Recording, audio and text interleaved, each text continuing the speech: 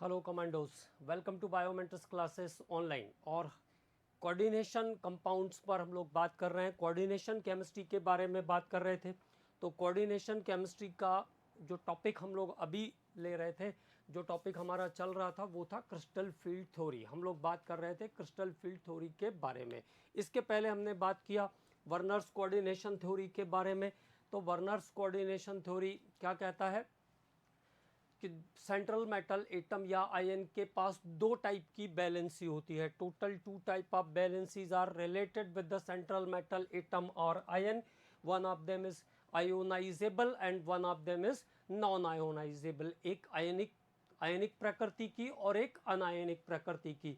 तो जो ionisable valency है उसको हम कहते हैं प्राइमरी बैलेंसी, और जो नॉन आयोनाइजेबल बैलेंसी है उसको हम कहते हैं सेकेंडरी बैलेंसी। तो हमने आयोनाइजेबल और नॉन आयोनाइजेबल बैलेंसीज को फिर डिस्टिंग्विश किया कि दोनों में क्या डिफरेंस है। तो प्राइमरी बैलेंसीज जो होती है वो आयोनाइजेबल इन नेचर होती है। Primary valencies are related primary valencies are related with primary valencies are related with oxidation number. प्राथमिक संयोजकताओं का संबंध ऑक्सीकरण संख्या से होता है। Related with oxidation number of central metal atom or ion. Primary balances are always satisfied by the positive charge ion. Primary balances are satisfied by the positive charge ion. Primary balances ionisable nature की होती है, मतलब ionic bond से relate करती है, इसलिए primary valencies कैसी होती है, non directional in nature. Primary valencies are non directional in nature, मतलब इसका मॉलिक्यूल की ज्योमेट्री में कोई रोल नहीं होता है। And primary valencies are always denoted by the dotted line. तो जहां पर डॉटेड लाइन से किसी स्पीसीज को अटैच किया होगा तो इसका मतलब है कि वो प्राइमरी बैलेंसी को शो कर रहा है। ठीक है, इसके बाद बात किया हमने सेकेंडरी बैलेंसीज के बारे में। तो secondary valencies are related with the coordination number. Secondary valencies are related with the coordination number. It is satisfied by the negative, neutral और positive charge ligand. It is satisfied by the negative, neutral और positive charge ligand, जिसका relation negative, neutral या positive charge ligand से होता है secondary valencies का। It is coordination number, और ये सेंट्रल मेटल का कोऑर्डिनेशन नंबर भी होता है। ठीक है, it is non ionisable in nature. It is in fix direction, और ये डायरेक्शनल होती है, विच determines the geometry of the molecule, जिसके कारण मॉलिक्यूल को एक स्पेसिफिक ज्योमेट्री मिलती है। और सेकेंडरी बैलेंसीज को हम हमेशा हार्ड लाइन से लिखते हैं। सेकेंडरी बैलेंसीज को हमेशा हार्ड लाइन से डिनोट करते हैं। देन उसके बाद बर्नर्स कोऑर्डिनेशन थ्योरी के बाद हमने बात किया बैलेंस बॉन्ड थ्योरी के बारे में, वीबीटी के बारे में, जिसको पॉलिंग ने कोऑर्डिनेशन कंपाउंड के लिए दिया था। और बैलेंस बॉन्ड थ्योरी में भी वो सभी पॉइंट कवर किए हमने जो कि हाइब्रिडाइजेशन से रिलेटेड थे। जैसे सेंट्रल मेटल एटम या आयन जो है अपने हाइब्रिडाइज्ड ऑर्बिटल प्रोड्यूस करेगा, जिसमें वो कंप्लीट ऑक्टेट वाले लिगेंड को गेन करेगा। कंप्लीट ऑक्टेट वाले लिगेंड को गेन करके क्या करेगा, कॉम्प्लेक्स का फॉर्मेशन करेगा। ठीक है, इसके बाद जितने भी लिगेंड्स होंगे उनका ऑक्टेट हमेशा कंप्लीटेड होगा, ये ध्यान रखना है। और सेंट्रल मेटल एटम जो है वो इनकम्प्लीट ऑक्टेट वाला होगा, तभी तो वो लिगेंड को अपने साथ ऑक्यूपाई करेगा। और कई बार जो है कई बार जो है अनपेयर्ड इलेक्ट्रॉन जो है n-1 d ऑर्बिटल के unpaired electron strong ligand field effect के अंदर क्या करते हैं, पेयरिंग कर लेते हैं। अगर d ऑर्बिटल से शुरू हुआ, d ऑर्बिटल पेयरिंग हो गई, तो d ऑर्बिटल से हाइब्रिडाइजेशन शुरू होगा, तो इस टाइप के कॉम्प्लेक्सेस को हम इनर d कॉम्प्लेक्स कहेंगे, और ये लो स्पिन कॉम्प्लेक्स होगा। और अगर d ऑर्बिटल बाद में आया, मतलब वीक फील्ड लिगेंड है, पेयरिंग पॉसिबल नहीं है, तो इसको हम आउटर d कॉम्प्लेक्स कहेंगे। आउटर d कॉम्प्लेक्स कहेंगे, it is high spin complexes. तो ये सभी चीजें रिलेट करती है बैलेंस बॉन्ड थ्योरी से। ये सारा पॉइंट बैलेंस बॉन्ड थ्योरी से रिलेट करता है। लेकिन बैलेंस बॉन्ड थ्योरी जो है वो ऑप्टिकल बिहेवियर, इसके बाद कलर, मैग्नेटिज्म, इन सबको क्लियरली जस्टिफाई नहीं कर पाया। कई बार वो ये भी जस्टिफाई नहीं कर पाता कि कौन सा लिगेंड स्ट्रॉन्ग फील्ड है और कौन सा लिगेंड वीक फील्ड है। तो it is all explained by the crystal field theory. ये सब कुछ क्रिस्टल फील्ड थ्योरी से एक्सप्लेन होता है। और crystal field theory Hans Bethe और वैन ब्लीक ने दिया था। This theory was given by Hans Bethe and Van Vleck. It mainly explain the color and magnetic behavior of the crystal। Colour और magnetism को explain करता है crystal field theory. ठीक है, तो CFT के बारे में अब हमें कुछ पॉइंट्स लिखने हैं और फिर उस पर हम काम करते हैं। तो देखो लिगेंड्स कैसे हो सकते हैं। The ligands are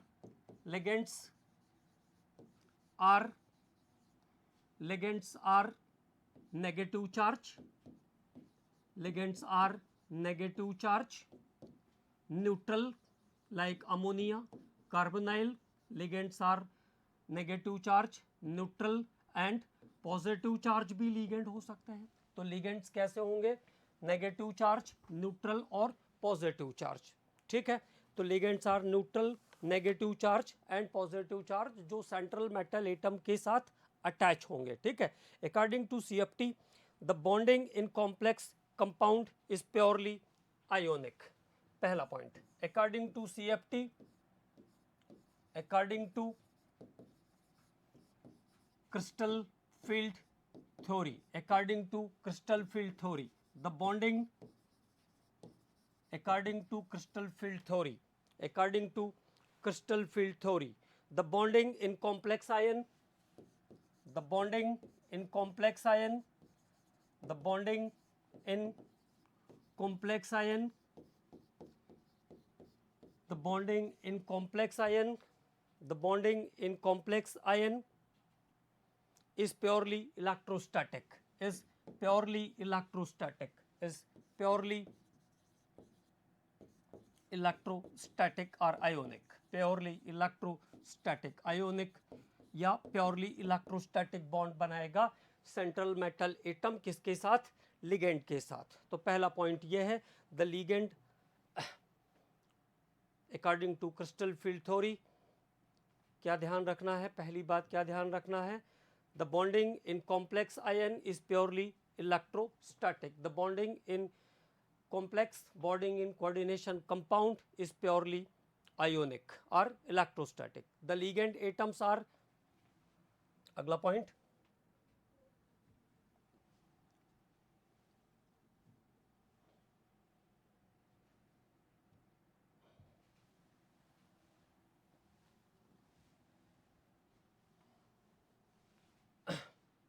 the ligand atoms are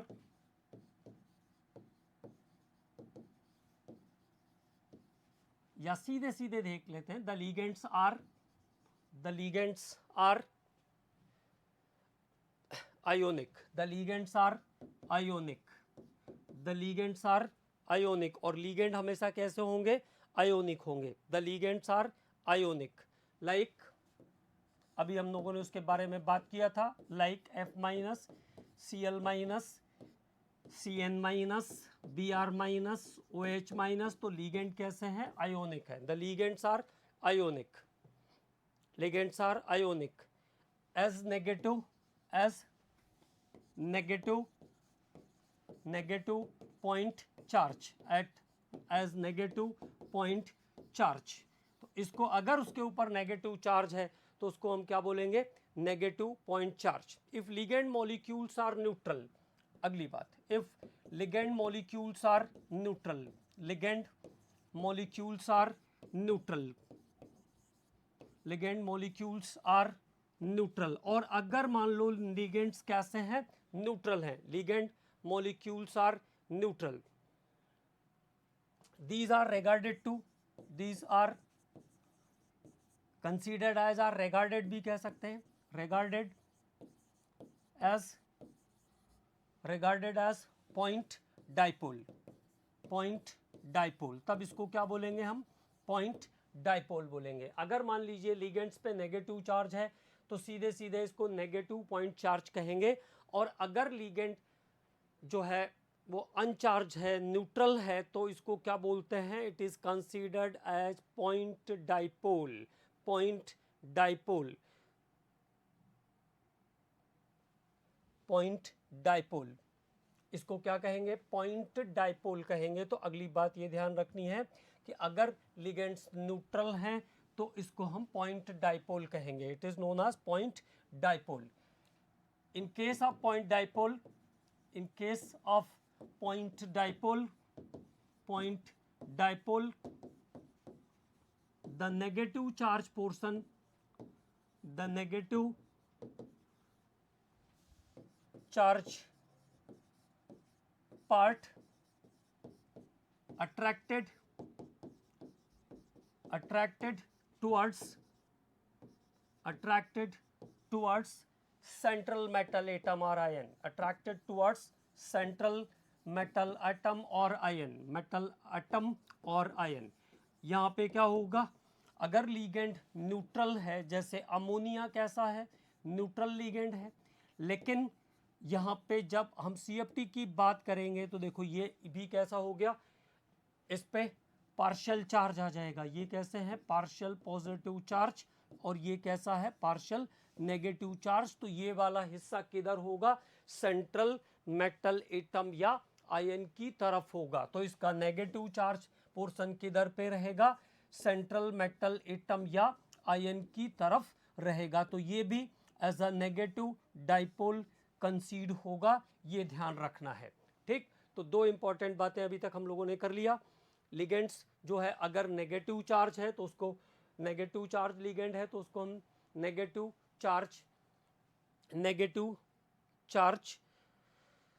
negative point charge कहेंगे। और अगर लिगेंड के ऊपर चार्ज नहीं है, वो न्यूट्रल है, तो उस कंडीशन में उसको हम डाइपोल कहेंगे।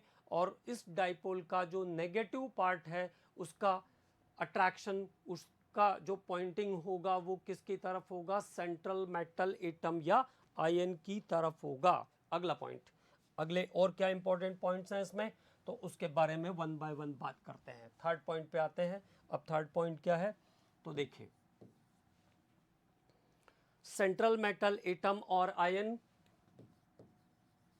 सेंट्रल मेटल एटम और ion is surrounded by central metal atom or ion is surrounded by point charge,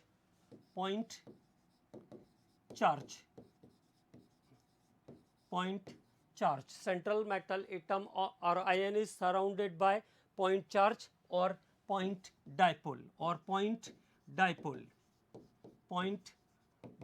तो central metal atom point charge या पॉइंट डाइपोल से सराउंडेड रहता है। It is arrange around the central metal, it is arrange around the central metal atom, it is arranged around the central metal atom, arranged around the central metal atom or ion in position of atom or ion, in position of minimum repulsion, in position of minimum repulsion की position में ligands या point dipole जो है वो central metal atom के around रहते हैं। जैसा मैंने आपको बॉन्डिंग में भी बताया था कि किसी भी मॉलिक्यूल में जो बॉन्ड बनता है, जैसे लीनियर पे 180 डिग्री का बॉन्ड बनेगा, तो वो क्यों बनता है, क्योंकि वहाँ पर जो अटैचमेंट वाली स्पीसीज है उनके साथ रिपल्शन कैसा होता है, मिनिमम होता है। ठीक है, तो अब यहाँ से देखिए फिर से एक बार, तो क्रिस्टल फील्ड थ्योरी ने क्या कहा, बॉन्डिंग कैसी होगी, प्योरली इलेक्ट्रोस्टैटिक बॉन्ड होगा या प्योरली आयोनिक बॉन्ड बनेगा। अगर लिगेंड नेगेटिव चार्ज है तो इसे हम पॉइंट चार्ज कहेंगे, और अगर लिगेंड न्यूट्रल है तो इसको हम क्या कहेंगे, पॉइंट डाइपोल कहेंगे। और दोनों का ही नेगेटिव चार्ज वाला जो पोर्शन है वो किधर होगा, सेंट्रल मेटल एटम या आयन की तरफ होगा। और ये सेंट्रल मेटल एटम या आयन के अराउंड अटैच होकर के क्या करेंगे, मॉलिक्यूल की ज्योमेट्री डिसाइड करेंगे। किस कंडीशन में, मिनिमम रिपल्शन की कंडीशन में रहेंगे, जहां पर मिनिमम रिपल्शन होता है वहां पर ये अटैच हो जाएंगे। अब आगे की बात करते हैं, अगला point, interaction between positive charge nucleus and negative charge ligand. तो देखो अगला तीसरा चौथा जो भी पॉइंट है हमारा, फोर्थ पॉइंट होगा interaction between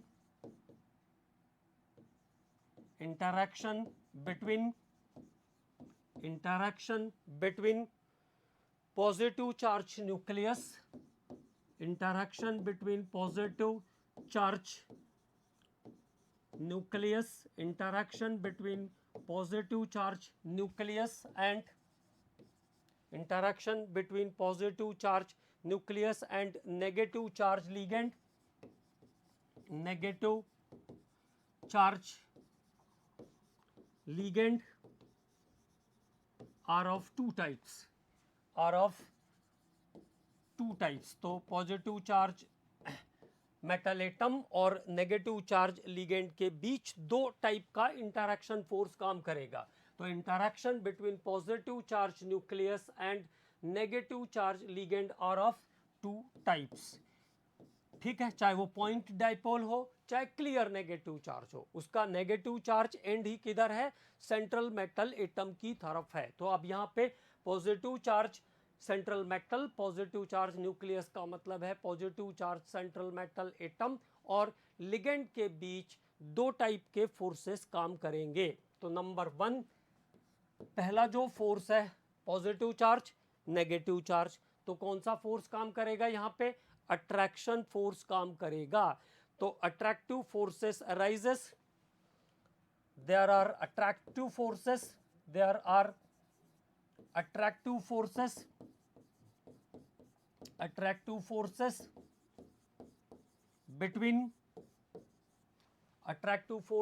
between positive charge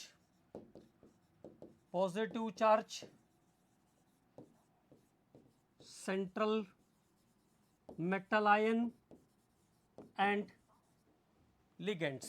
तो सेंट्रल मेटल आयन या लिगेंड के बीच जो फोर्स है वो कैसा है, अट्रैक्टिव फोर्स है। Attractive forces are arises between central metal atom और आयन एंड लिगेंड। तो सेंट्रल मेटल एटम या आयन और लिगेंड के बीच क्योंकि चार्ज ऑपोजिट है, तो कौन सा फोर्स काम करेगा, अट्रैक्टिव फोर्स काम करेगा।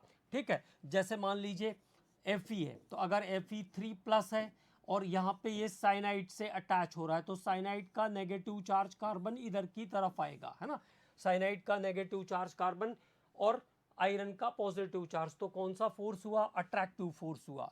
ठीक है, अगर आयरन 3+ है, इसके साथ वाटर का अटैचमेंट है, अगर पॉइंट डाइपोल है तो भी पॉइंट डाइपोल का नेगेटिव चार्ज पोर्शन किधर है, मेटल आयन की तरफ है। तो there is attractive forces between the metal ion and ligand. तो लिगेंड और मेटल आयन के बीच कौन सा फोर्स काम कर रहा है, अट्रैक्टिव फोर्स काम कर रहा है, attractive force between central metal atom और आयन एंड लिगेंड। अब देखो अगला जो फोर्स है उसके बारे में बात करते हैं, the repulsive force.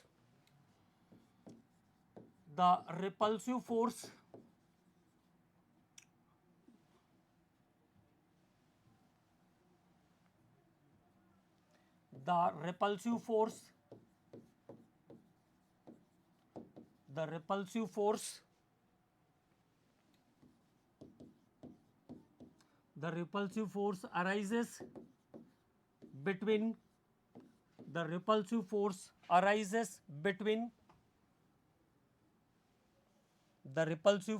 arises between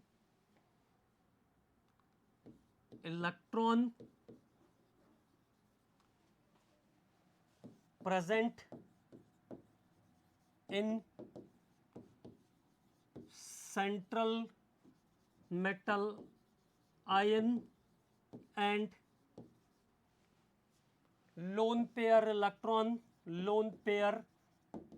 electron of ligand।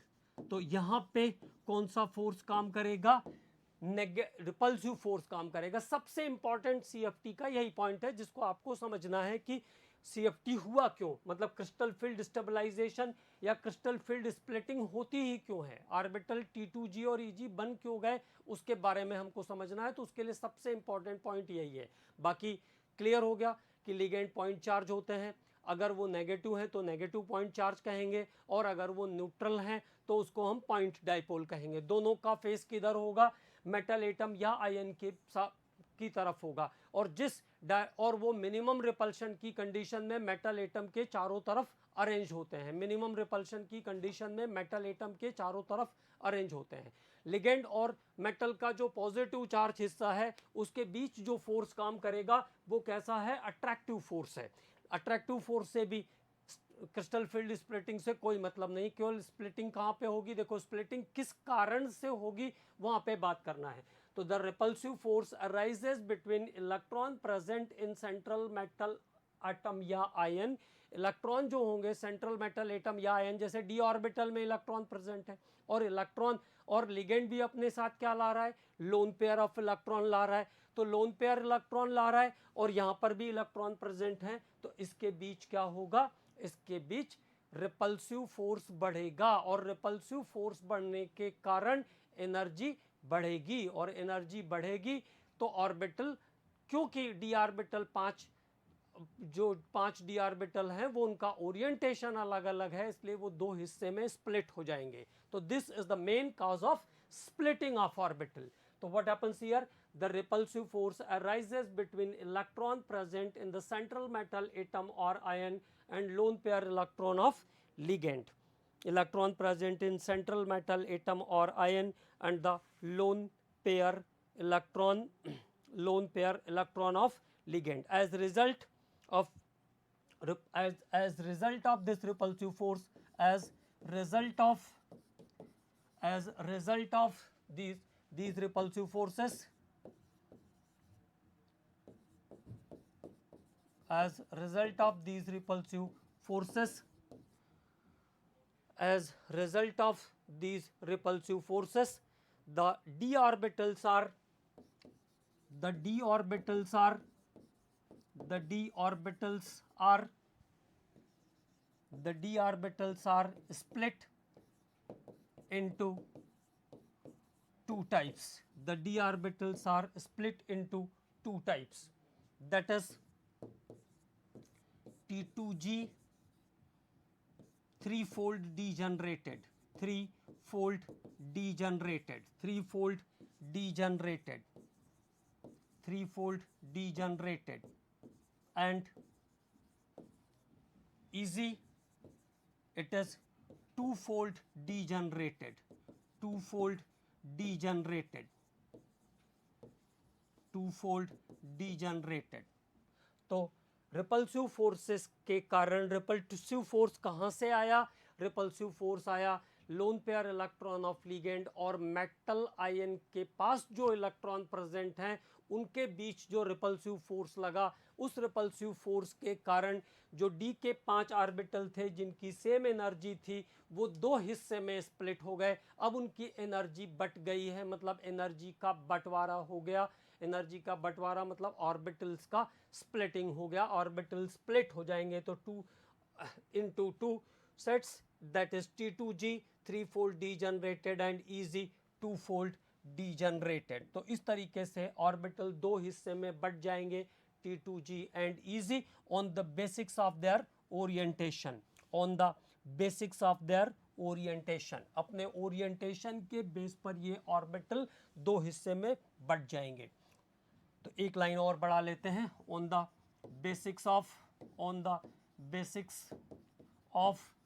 their orientation, on the basics of their orientation, अपने ओरिएंटेशन के बेस पर ये ऑर्बिटल दो हिस्से में बट जाएंगे। देखो फिर से एक बार बात कर लेते हैं, dxy, dyz, dyz, dzx, ये जो तीन ऑर्बिटल हैं इनका ओरिएंटेशन मैंने आपको बताया था बिटवीन द एक्सेस होता है। बिटवीन द एक्सेस मतलब 45 पर रहती है लोब्स की कंडीशन, और d x square, y square और डी जेड स्क्वायर में जो ऑर्बिटल रहते हैं वो अलोंग द कॉमन एक्सिस रहते हैं, it is along the common axis, और इसके कारण ये दो टाइप के हैं ओरिएंटेशन के बेस पर।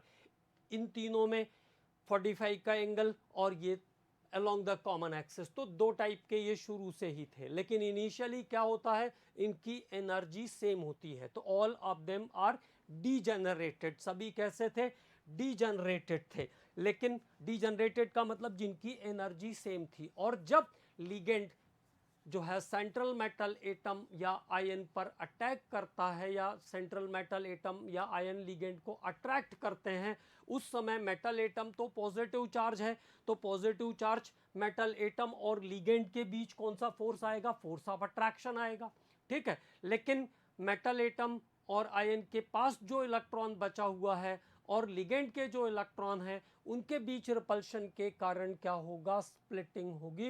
It is called crystal field splitting, इसको हम कहते हैं क्रिस्टल फील्ड स्प्लिटिंग, जिसके कारण ऑर्बिटल्स जो है, 5 जो डीजनरेटेड ऑर्बिटल थे वो अब दो हिस्से में स्प्लिट हो जाएंगे। It is T2G and EZ, 3 एक तरफ चले जाएंगे और 2 एक तरफ चले जाएंगे।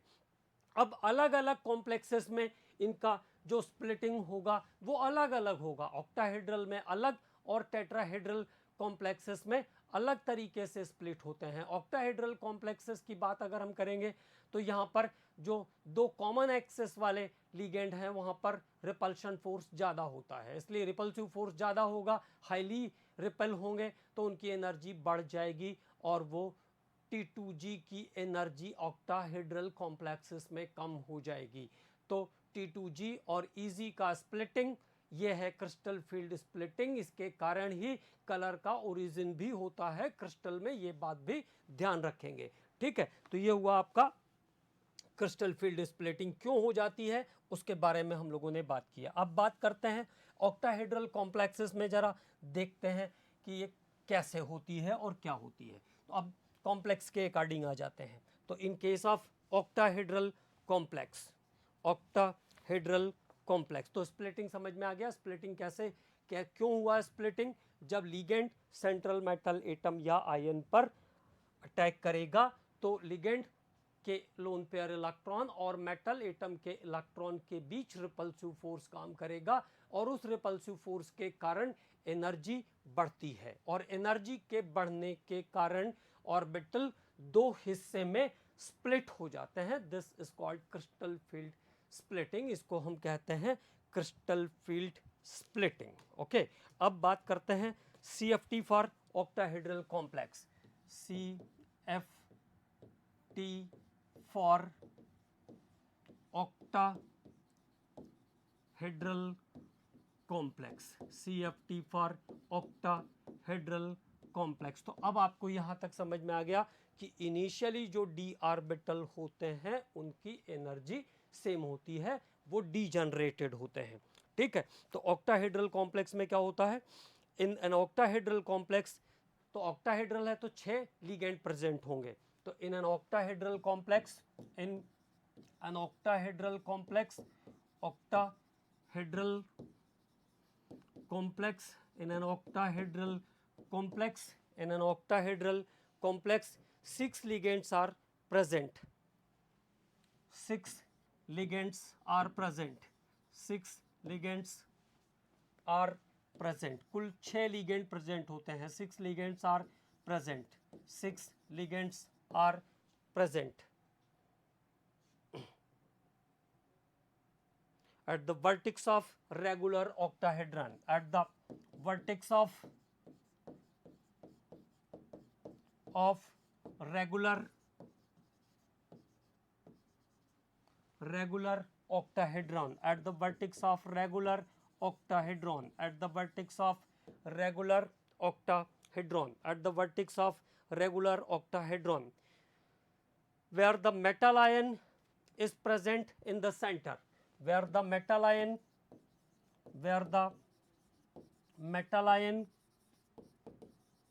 is present in the center, metal ion is present in the center, metal ion कहाँ पे होगा, सेंटर में होगा, metal ion is present in the center.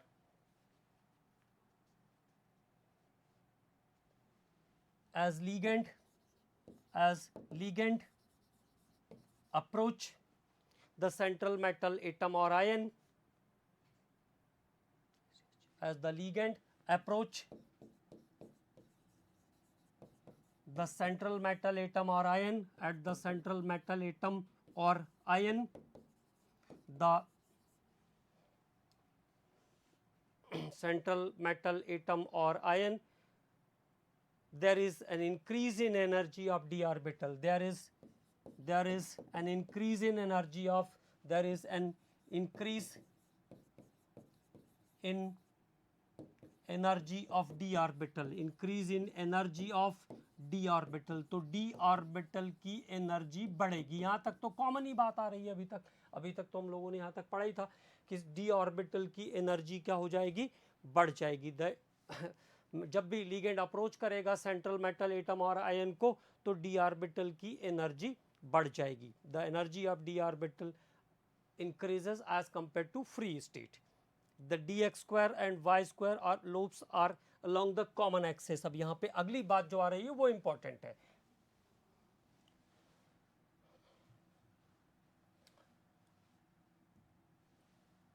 The dz square and dx square y square, dz square and dx square y square orbitals have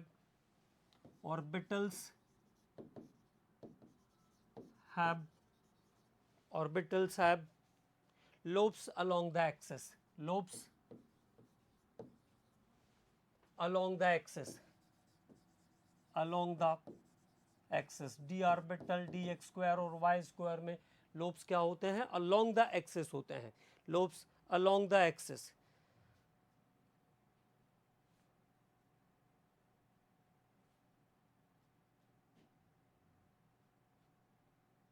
And it is ripple and it is ripple and it ripples, सीधे सीधे लिख देते हैं, it ripples more strongly, it ripples more strongly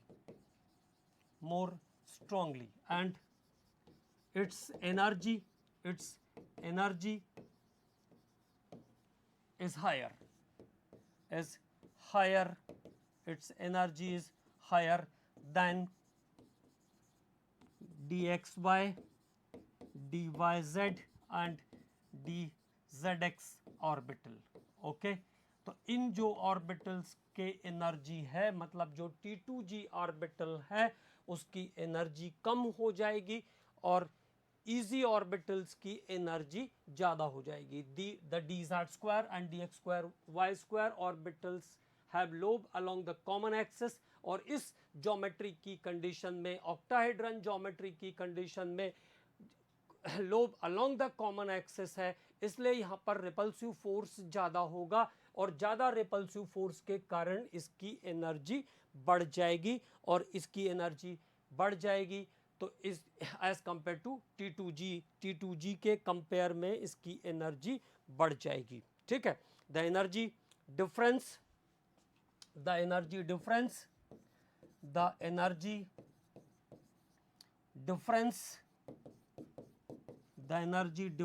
between T2g and EG, the energy difference between T2g and EG is called crystal field splitting energy, is called crystal field splitting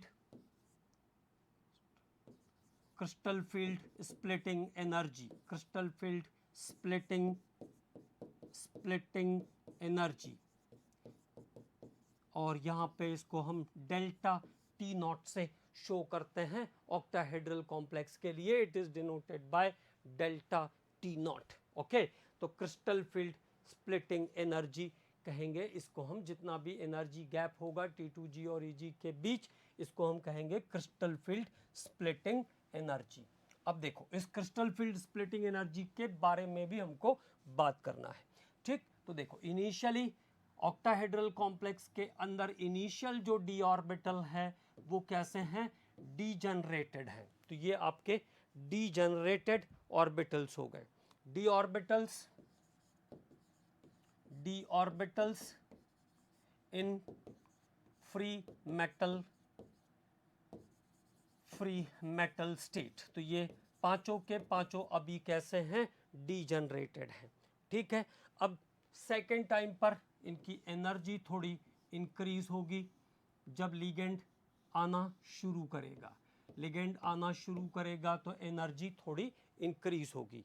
तो average energy of D orbital in spherical crystal field, average energy of D orbital in average energy of d orbital in spherical crystal field,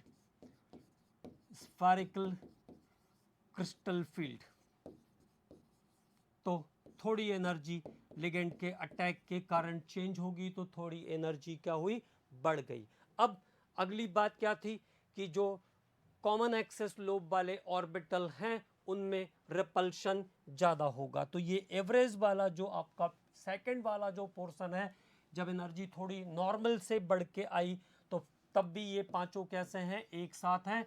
लेकिन जब ligand इसके ऊपर attack करेगा तो octahedral complex में ये दो टाइप से ब्रेक हो जाएंगे, जिसमें लोब्स के कॉमन डायरेक्शन, लोब्स के सेम डायरेक्शन में होने के कारण तीन डी ऑर्बिटल एक तरफ चले जाएंगे, लोअर एनर्जी के हो जाएंगे, और दो डी ऑर्बिटल हायर एनर्जी के हो जाएंगे। It is designated as T2G, इसको हम कहेंगे T2G और इसको हम कहेंगे EG। तो this orbitals are split into two types. ठीक है, तो DXY, DYZ और DZX, और ये DX स्क्वायर Y स्क्वायर और DZ स्क्वायर ऑर्बिटल्स का स्प्लिटिंग है।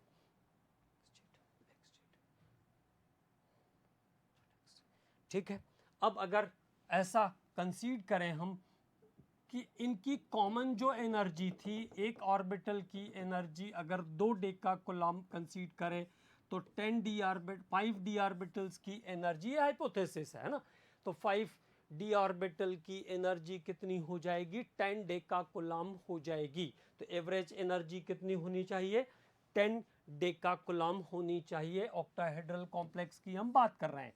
तो अगर एक ऑर्बिटल की एनर्जी 2 डेका कूलम्ब है तो 5 डी ऑर्बिटल की एनर्जी कितनी हो जाएगी, 10 डेका कूलम्ब हो जाएगी। ठीक, तो अब ये 3 डी ऑर्बिटल लोअर साइड है, तो ये इससे कितना हो जाएगा, 6 डेका कूलम्ब हायर साइड हो जाएगा। 6 डेका कूलम्ब इसकी एनर्जी बढ़ जाएगी और 4 डेका कूलम्ब इसकी energy as compare to E G कम होगी। ये एक इंपॉर्टेंट बात ध्यान रखना है। तो this is crystal field splitting of octahedral complex. ये ऑक्टाहेड्रल कॉम्प्लेक्स का क्रिस्टल फील्ड स्प्लिटिंग है। This is crystal field splitting in a octahedral complex. अब अगर यही चीज टेट्राहेड्रल कॉम्प्लेक्स के अंदर होगी तब वो कैसे, उसको कैसे देखना है, तो केवल डायग्रामेटिक चेंज आएगा बस। वहां पे जो रिपल्सिव फोर्स होता है और टेट्राहेड्रल कॉम्प्लेक्स के अंदर वो किसके लिए बढ़ता है, वो T2G के लिए बढ़ जाता है, तो उसकी एनर्जी हायर होगी। इन tetrahedral coordination formation the splitting pattern of D orbital is reverse of octahedral. तो रिवर्स ऑफ ऑक्टाहेड्रल होगा टेट्राहेड्रल में। तो for tetrahedral complex, for tetrahedral complex, तो टेट्राहेड्रल कॉम्प्लेक्स के लिए जो स्प्लिटिंग होगी वो कैसी होगी, ऑपोजिट और reverse of the octahedral complex. ये हुआ आपका नॉर्मल लेवल। ये थोड़ा एनर्जी जब इंक्रीज हुआ, ठीक है, इसके बाद जब स्प्लिटिंग होगी टेट्राहेड्रल कॉम्प्लेक्स की, तो in this condition what happens, तो T2G is the low higher energy and Eg is the lower energy. ये हुआ आपका T2G का कंडीशन और ये Eg का कंडीशन। नॉर्मल कितनी होती है 10 डेकाकुलम, अभी ये 2 हैं तो ये 4 DQ हायर होगा, 4 डेकाकुलम हायर साइड है और ये 6 डेकाकुलम लोअर साइड होगी energy of d orbital of Eg level. तो Eg लेवल की एनर्जी 6 डेकाकुलम कम होगी और T2G लेवल की जो एनर्जी होगी इट इज 4 डेकाकुलम हायर दैन नॉर्मल, है ना। तो ये एक इंपॉर्टेंट फॉर्मेट है यहाँ पे, इसको हमें ध्यान रखना है। अब बात करेंगे हम लोग, यहाँ पे एक इंपॉर्टेंट फॉर्मूला आएगा उसके बारे में बात करेंगे, वो अगेन फिर से बहुत इंपॉर्टेंट पॉइंट है। तो क्रिस्टल फील्ड स्टेबलाइजेशन एनर्जी के कैलकुलेशन के बारे में बात करेंगे और इस पे क्वेश्चन आता है तो इसको हमें ध्यान रखना है। अब बात करते हैं crystal field splitting energy, crystal field splitting energy.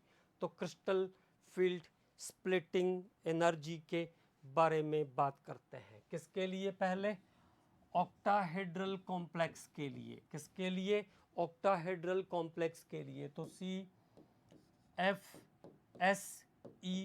Calculate करने का फॉर्मूला क्या है ऑक्टाहेड्रल के लिए? -0.4 into x plus 0.6 into y, 0.6 into y, -0.4 into x plus 0.6 into y for octahedral complex. For octahedral complex, x is the number of electron, x is the number of electron present, number of electron present in T2G, and y is the number of electron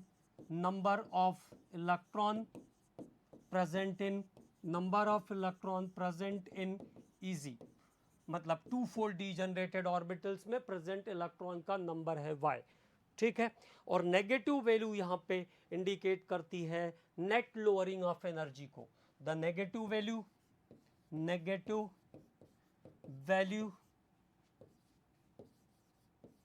indicate the net lowering of energy, net lowering of energy. तो केवल ये formula ध्यान रखेंगे, ये formula बहुत important है। For octahedral complex -0.4 into x plus y plus 0.6 into y, ठीक है। ये एक फॉर्मूला ध्यान रखना है। और आगे एक बात ध्यान रखनी पड़ेगी, वो ये कि जब स्ट्रॉन्ग फील्ड लिगेंड होगा तो क्या होगा? स्ट्रॉन्ग फील्ड लिगेंड की कंडीशन में जब तक T2G पेयर नहीं हो जाएगा तब तक Eg ऑर्बिटल में इलेक्ट्रॉन नहीं जाएंगे। और अगर वीक फील्ड लिगेंड होगा तो पहले सब में एक एक इलेक्ट्रॉन जाएंगे, उसके बाद फिर according to Hund's rule pairing होगी, ठीक है। तो अब बात कर लेते हैं जरा मेटल आयन कॉन्फ़िगरेशन आपको किस कंडीशन में मिलेगा, तो आपकी जो वैल्यू है CFSE की वो कितनी आएगी। तो metal ion configuration, metal ion configuration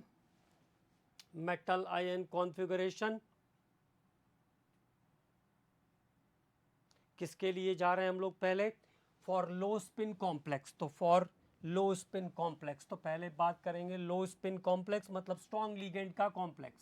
for low spin complex, for low spin complex, और लो स्पिन कॉम्प्लेक्स कहने का मतलब है स्ट्रॉन्ग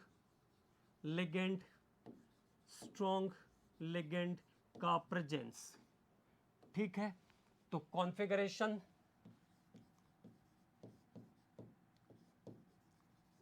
कॉन्फ़िगरेशन और उसके लिए CSFE की वैल्यू। और CSFE की जो वैल्यू है वो हम कैसे कैलकुलेट करेंगे? CFSE की जो वैल्यू है इसको हम कैसे कैलकुलेट करेंगे? -0.4 into x plus 0.6 into y से कैलकुलेट करेंगे। तो देखो, अगर d ऑर्बिटल में एक इलेक्ट्रॉन आया तो आपके पास दो लेबल हैं, T2g plus EZ। This is the two label. Ligand कैसा है? Strong field. अगर स्ट्रॉन्ग फील्ड लिगेंड है, हम लोग स्पेक्ट्रोकेमिकल सीरीज भी लिखेंगे, उसका टेंशन नहीं लेना है। पहले देखिए, अगर लिगेंड स्ट्रॉन्ग फील्ड है तो क्या ओबे करना है? तो पहले T2g लोअर लेवल है तो वहां पे एक इलेक्ट्रॉन एंट्री करेगा, देयर इज 1 इलेक्ट्रॉन। ठीक, अब CSFE की वैल्यू कितनी आ जाएगी इसके लिए? तो 0.4 इंटू एक्स, तो 0.4 इंटू एक्स, और y के पास कोई इलेक्ट्रॉन है नहीं तो ये आ गया, देखिए -0.4 into x 1 electron plus 0.6 into y कितना है? 0। तो आंसर कितना आ जाएगा? -0.4। आंसर कितना आ जाएगा? -0.4। अब मान लो D के पास दो इलेक्ट्रॉन है तो भी क्या हो जाएगा? T2g के पास चले जाएंगे 2 इलेक्ट्रॉन, EZ के पास आ जाएंगे 0 इलेक्ट्रॉन। इसके लिए CFSE की वैल्यू क्या हो जाएगी? -0.4 इंटू 2 प्लस 0.6 इंटू 0। ठीक है, तो ये आ गया 0, तो कितना आंसर आ जाएगा? -0.8 आ जाएगा। ठीक है, तो अगर T2g में दो इलेक्ट्रॉन हैं तो ये वैल्यू आ जाएगी। ठीक, अब अगर मान लीजिए D3 का कॉन्फ़िगरेशन है तो फिर अभी कहाँ पे जाएगा? ये T2g में चले जाएंगे 3, EZ में आ जाएगा 0। स्ट्रॉन्ग फील्ड लिगेंड की हम बात कर रहे हैं तो -0.4 इंटू 3 प्लस 0.6 इंटू 0, तो अगेन ये 0 हो गया। ये कितना आ जाएगा? -1.2। That time it is -1.2। ठीक है, अब अगर D4 का कॉन्फ़िगरेशन है तब आपको ये बात यहाँ पे ध्यान रखनी है कि स्ट्रॉन्ग फील्ड लिगेंड के केस में पहले क्या होगा? जो T2g लेबल है वो पूरा पेयर हो जाएगा, तभी इलेक्ट्रॉन आगे जाएंगे। T2g लेबल जब पूरा बॉन्डेड हो जाएगा तभी इलेक्ट्रॉन आगे जाएंगे। ठीक है ना? तो क्या हो जाएगा? अब देखो, T2g के पास कितने इलेक्ट्रॉन आ जाएंगे? 4। EZ के पास कितने आ जाएंगे? 0। और CFSE की वैल्यू कितनी हो जाएगी? 0.4 इंटू 4 प्लस 0.6 इंटू 0। तो नाउ इट इज -1.6। तो कितना आ जाएगा? -1.6 इज द आंसर। -1.6 यहाँ पे आंसर मिल जाएगा। अब अगले कॉन्फ़िगरेशन पर चलते हैं, D5 की कंडीशन को देखते हैं सेम केस के लिए। D5, तो अगर मान लो D के पास 5 इलेक्ट्रॉन है तो जब ये स्प्लिटिंग के बाद बटेंगे तो क्या हो जाएगा? 5। और EZ के पास कितने हो जाएंगे? 0। और वैल्यू कितनी आ जाएगी? 0.4 इंटू 5 प्लस 0 इंटू 0.6। तो now the CFSE value is 2 -2.00। तब कितना आ जाएगा? -2.00। अगर D के पास 6 इलेक्ट्रॉन आए तो at that condition what happens? T2g के पास कितने हैं? 6। और EZ के पास अभी कितने हैं? 0। तो what happens here? -0.4 into 6 plus 0 into 0.6, तो कितना आ जाएगा? -2.4। -2.4। अब यहाँ से आगे जब आप चलोगे, यहाँ से आगे, तब EZ ऑर्बिटल में इलेक्ट्रॉन की एंट्री शुरू होगी। कहाँ से? 7th इलेक्ट्रॉन से। तो अगर D की कंडीशन 7 पे है तो ये हो जाएगा T2g। अब यहाँ पे 6, अब ये कैपेसिटी खत्म, इसकी पेयरिंग हो चुकी है। और EZ के पास कितना आ जाएगा? 1 आ जाएगा। तो अब कितना आ जाएगा? 0.4 into 6 plus 0.6 into 1। Now what happens? तो ये आ गया 2.4 और ये आ गया 0.6। 2.4 और 0.6, तो 2.4 में से 2.4 की जो वैल्यू है वो कैसी है, नेगेटिव है, उसमें से 0.6 डिक्रीज करेगा तो कितना बचेगा, -1.8 बचेगा। कितना बचेगा, -1.8 बचेगा। अगर D8 की कंडीशन पे है तो क्या हो जाएगा, T2G ये कितना हो गया 6, और Eg के पास कितने इलेक्ट्रॉन आ गए इस कंडीशन में, 2। Eg के पास कितने आ गए, 2, तो 0.4 इंटू 6 प्लस 0.6 इंटू 2, तो नाउ व्हाट हैपन्स, ये आ गया 2.4 और -1.2, तो कितना बचा, -1.2 बचेगा। That time -1.2 is the crystal field stabilization energy. अगर D9 की कंडीशन पे है तो T2G के पास कितने हैं 6, Eg के पास कितने हैं 3, Eg के पास कितने हैं 3, तो ये हो जाएगा 0.4 इंटू 6 प्लस 0.6 इंटू 3, 0.6 इंटू 3, तो कितना आ जाएगा 2.4 और 1.8, तो -0.6 बचेगा, -0.6 कितना बचा, -0.6। और लास्ट कंडीशन एक और, तो कितना आ जाएगा -0.6, और 6 डेका कुलम, -6 डेका कुलम भी कह सकते हैं आप उसको, है ना। अब एक और लास्ट कंडीशन इसकी देख लेते हैं। तो अगली जो कंडीशन है वो कैसी है, उसको सर्च करते हैं जरा। तो अगर D के पास पूरे 10 इलेक्ट्रॉन हैं तो उस कंडीशन में क्या होगा, ऑक्टाहेड्रल में T2G के पास 6 और Eg के पास 4, तो -0.4 into 6 plus 0.6 into 4, and that moment what happens at that moment, तो 2.4 माइनस का 2.4 प्लस का, तो आंसर कितना आ जाएगा, that time the answer is 0। ठीक है, तो that time the answer is 0। अब इसके बाद वीक फील्ड लिगेंड से आगे के पोर्शन पर हम लोग अगले लेक्चर में बात करेंगे। ठीक है कमांडोस, तो इसको थोड़ा सा केयरफुली करना है, ये ध्यान रखना है। इजी है लेकिन कंफ्यूजिंग रहता है, इसलिए ध्यान रखेंगे।